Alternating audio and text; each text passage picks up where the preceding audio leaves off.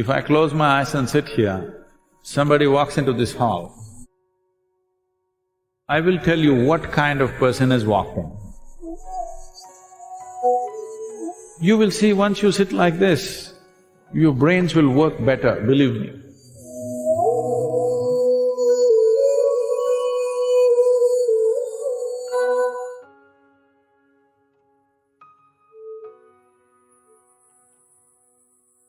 If you know human body from within, you yourself look at this.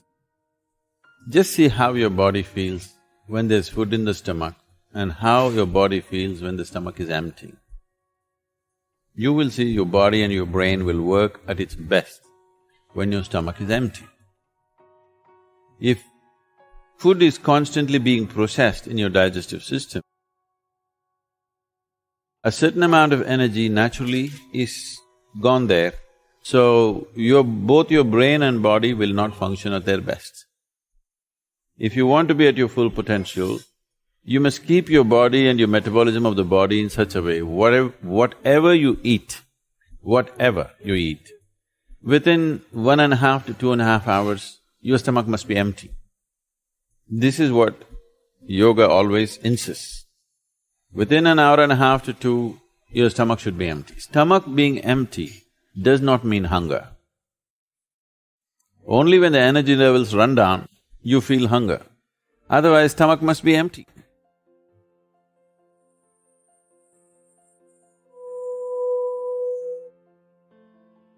In this corner, there is a stone mantapam or a pavilion where we have set up an ideal office setup for you. Low-level chairs, low-level tables. You will see once you sit like this, your brains will work better, believe me. I cannot speak or explore something without folding my legs. At least one leg must be folded, otherwise I know the difference, how my brain will work. If you don't know the difference when it's working and when it's not working, you're a serious problem.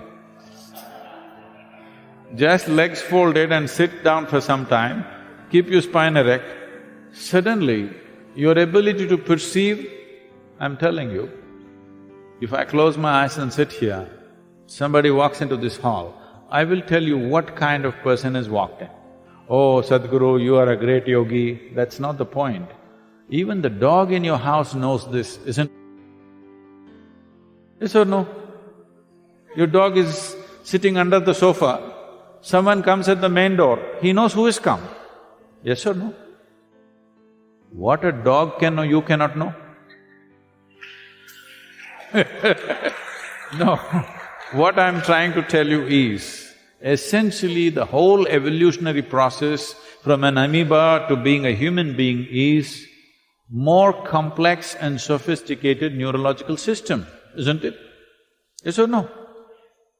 You have, as a human being, the most sophisticated neurological system. If a dog can sense it, you can also sense it. It is just that you are in a muddle of thought all the time. Because the necessary attention is gone in most people. Because they are seeing a kaleidoscope of colors on their screens and stuff, they've lost that ability. One thing is to bring this attention back. Every dimension of yoga is made to heighten your attention to a level that whatever is here, you should not miss it. Everything must be in your experience. That is when you can call yourself a full-fledged human being. Do not carry your attention deficiency as some kind of a qualification.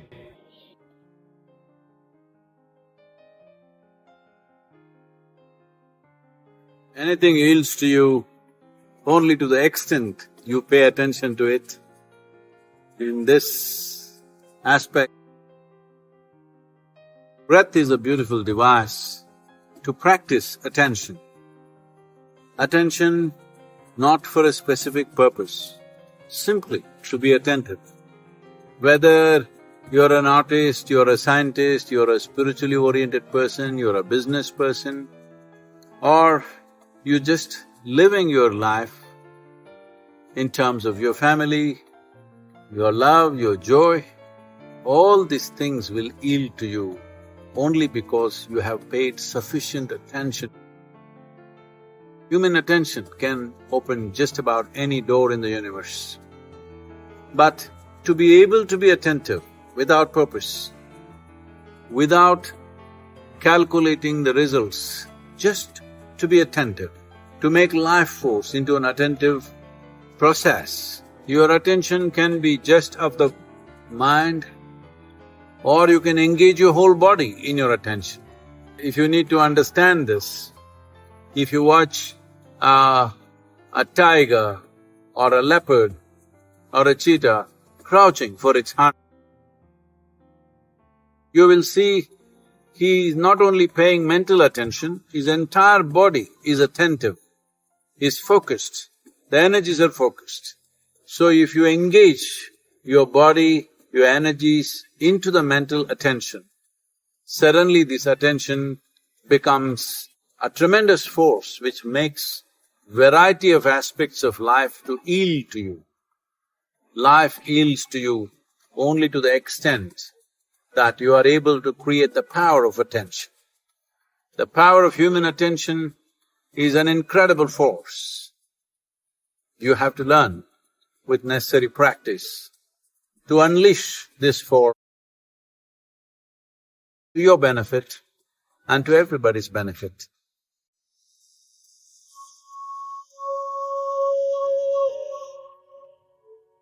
All of you should pay attention to, my wonderful vessel. Please, pay attention. Please just do this right now. You shouldn't take your attention off this vessel. Just pay attention. Such a beautiful vessel. Please. So, now as I speak, see, you can't stay with that vessel. One moment and okay. Now, suppose you fell in love with this vessel. Now if I hide this vessel, you want to see it. It doesn't matter where the vessel goes, in your mind the vessel plays. Now your mind is like this, because you're emotionally involved with it. You fell in love with the vessel and now your mind is constantly. This is what devotion is. It's a powerful way of paying attention. An effortless and joyful way of paying attention. If you try to concentrate on something, you'll get a headache. But if you fall in love with something, anyway your focus is 100% there, and you won't get a headache, you will be ecstatic. This is a more intelligent way of using your mind than anything that people have known as intellect. A devotee has a completely different perspective of life.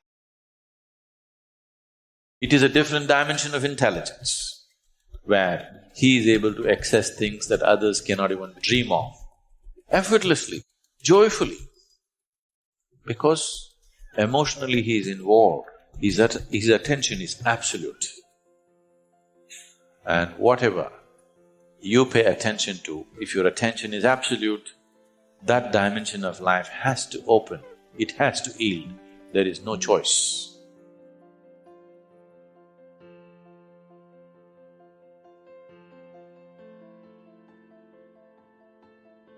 There was a man in South India who wanted to pursue spiritual path. In India, pursuing spiritual path means it's an age-old habit. First thing is they will go off into the forest, looking for a cave to sit and meditate. So the man went off into the jungle, but of course you position yourself close to your village because you need food. So he sat there and started mantra. Whenever he got hungry, he came to the village, begged some food, went back. And as night fell, he noticed there was a fox. Both his front legs were severed in some trap or something, it's gone. But still he is well-fed and healthy. Nature is not kind to any kind of incapability. If you lose your legs, you lose your life. But this fox has lost its legs but well-fed and healthy. He was surprised. But then he ignored and focused on his meditation. As night fell, he heard the roar of a lion, the growls of a lion coming. He forgot about his meditation and climbed the tree. He sat there and to his amazement, the lion, a full-grown male lion, came with a piece of meat and brought it and dropped it in front of the fox and went away. The fox had his dinner. He couldn't believe this.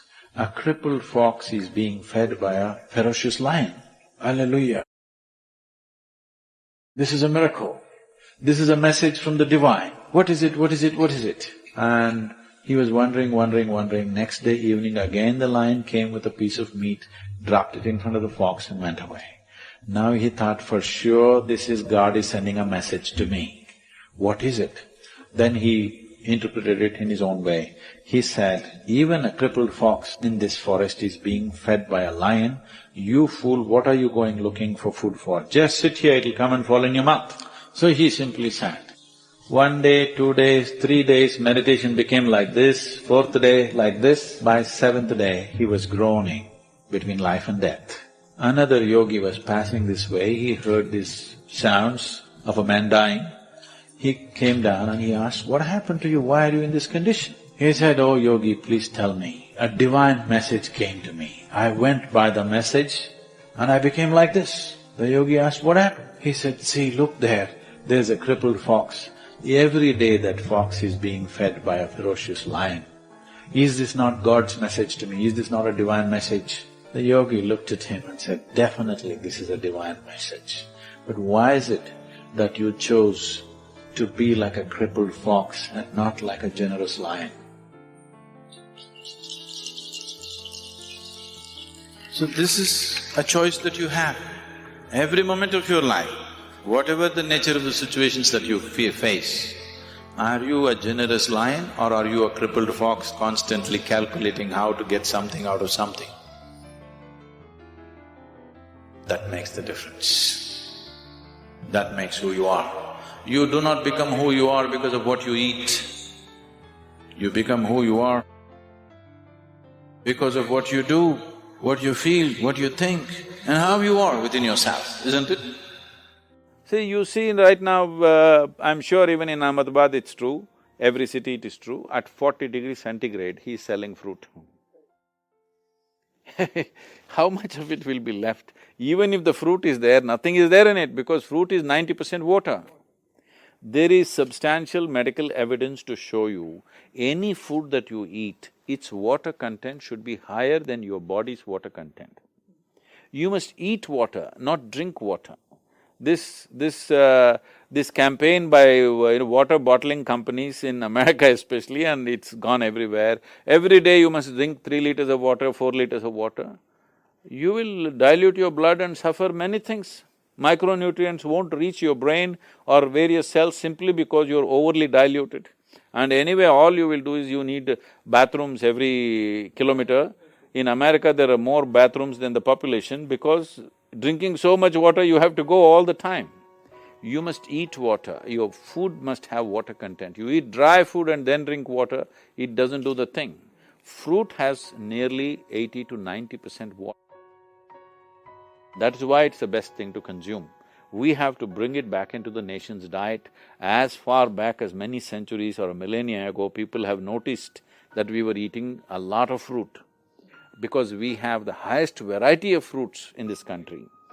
But most of the traditional fruits are gone. Most of the fruits you see in the market are from New Zealand or Australia or Thailand or somewhere. Traditional fruits are almost going out. I don't know what you call them, the local names, but there are so many varieties of tropical fruits in this country which are all vanishing. From the market it's vanished. The trees also I don't see them anywhere anymore, which were all common at one time. I'm not talking 500 years ago, I'm talking 50 years ago, this was all very, very common.